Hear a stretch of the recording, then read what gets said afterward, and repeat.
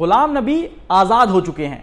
इंदिरा गांधी, संजय गांधी, राजीव गांधी, सोनिया गांधी और फिर राहुल गांधी, मतलब 4 पीढ़ी के साथ राजनीतिक सीढ़ी चढ़ने वाले गुलाम नबी आजाद ने कांग्रेस से अपना 50 साल पुराना रिश्ता तोड़ दिया है। आजाद ने कांग्रेस के अंतरिम अध्यक्ष सोनिया गांधी को 5 पन्ने का इस्तीफा भेजा है। इसमें उन्होंने एहसान, गुस्सा, दर्द, इल्जाम, अपमान सब लिख डाला है। राहुल गांधी पर हर हार का ठीकरा फोड़ा है।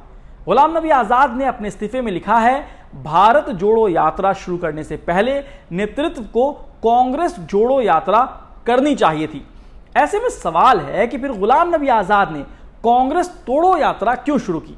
सवाल यह भी है कि आखिर गुलाम नबी आजाद के इस्तीफे से क्या समझ आता है। गुलाम नबी आजाद के जाने से कांग्रेस पर क्या असर पड़ेगा, यह भी एक सवाल है। तो इस वीडियो में हम 3 पहलू पर चर्चा करेंगे। पहला, आजाद ने क्यों पार्टी को अलविदा कहा, गुलाम नबी आजाद के इस्तीफे का कांग्रेस पर क्या असर होगा, और तीसरा, यह इस्तीफा कांग्रेस की स्थिति के बारे में क्या कहता है। तो चलिए सबसे पहले बात करते हैं गुलाम नबी आजाद ने आखिर कांग्रेस क्यों छोड़ा। दरअसल गुलाम नबी आजाद ने अचानक से पार्टी को अलविदा नहीं कहा है। गुलाम नबी आजाद की नाराजगी साल 2020 के अगस्त में हुई कांग्रेस पार्टी की वर्किंग कमेटी की मीटिंग, मतलब CWC की मीटिंग से पहले ही सामने आ गई थी। CWC बैठक से ठीक पहले कुछ कांग्रेसी नेताओं ने सोनिया गांधी को चिट्ठी लिखकर पार्टी में बदलाव की मांग उठाई थी। इन कुछ नेताओं में गुलाम नबी आजाद भी शामिल थे। फिर क्या था, पार्टी चिट्ठी लिखने वालों के पन्ने को मिटाने में लग गई थी।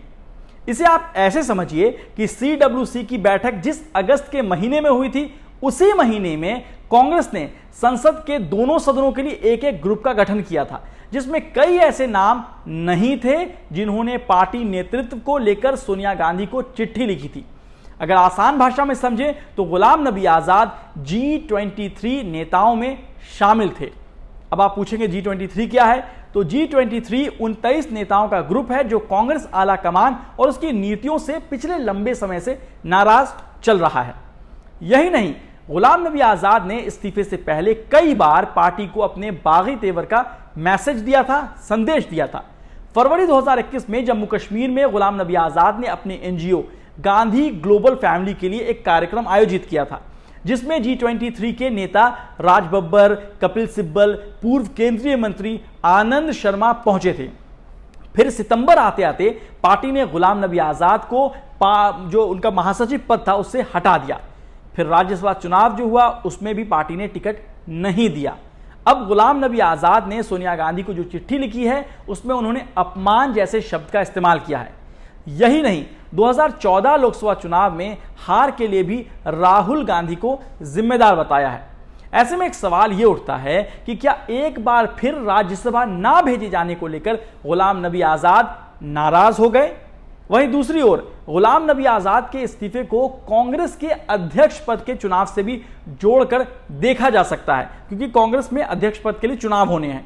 कांग्रेस इस समय अजीबोगरीब स्थिति में है। शायद ही कोई नेता पार्टी अध्यक्ष बनने की जिम्मेदारी लेने की जो हो वो इच्छुक नजर आए, लेकिन लगभग हर नेता पार्टी अध्यक्ष के प्रमुख सलाहकारों में से एक बनना चाहता है। आजाद भी इनमें से एक थे, लेकिन अगर राहुल गांधी या उनके खेमे का कोई व्यक्ति पार्टी अध्यक्ष बन जाता है तो गुलाम नबी आजाद के लिए कहने को बहुत कुछ बचता हुआ नहीं दिख रहा, मतलब नहीं दिखता था। दूसरा पॉइंट है कि कांग्रेस पर गुलाम नबी आजाद के जाने से क्या असर होगा। गुलाम नबी आजाद के कांग्रेस से जाने से 2 बातें दिखती है। पहला, मैसेजिंग पॉलिटिक्स, और दूसरा, जम्मू कश्मीर में कांग्रेस पर असर।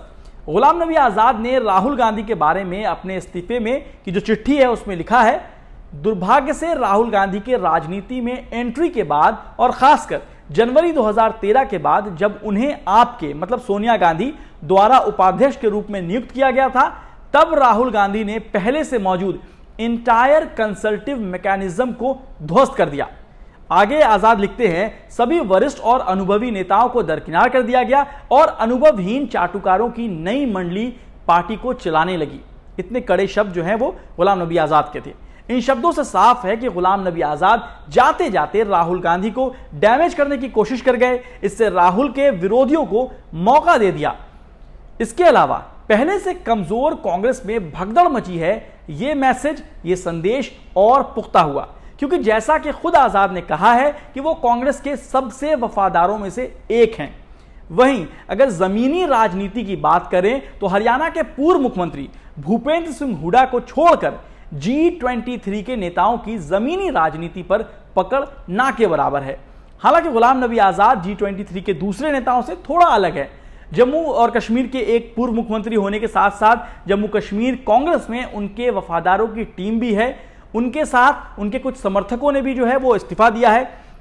ऐसे समय में आर्टिकल 370 हटने के बाद अब जब जम्मू कश्मीर में राजनीतिक पार्टियां फिर से एक्टिव हो पा रही हैं, तो गुलाम नबी आजाद के जाने से कांग्रेस को जम्मू कश्मीर में तो कम से कम कुछ नुकसान हो सकता है।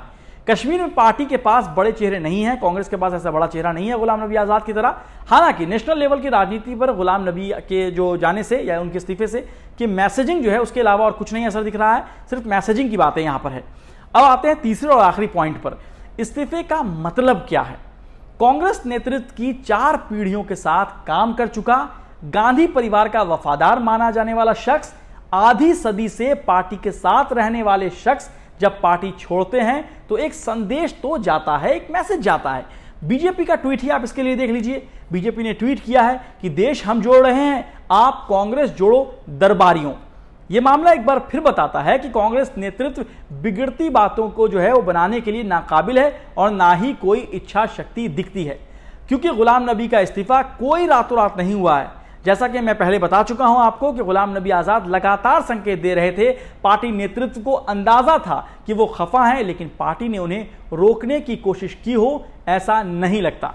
तो बाकी खबरों के लिए आप देखते रहिए द क्विंट और क्विंट हिंदी।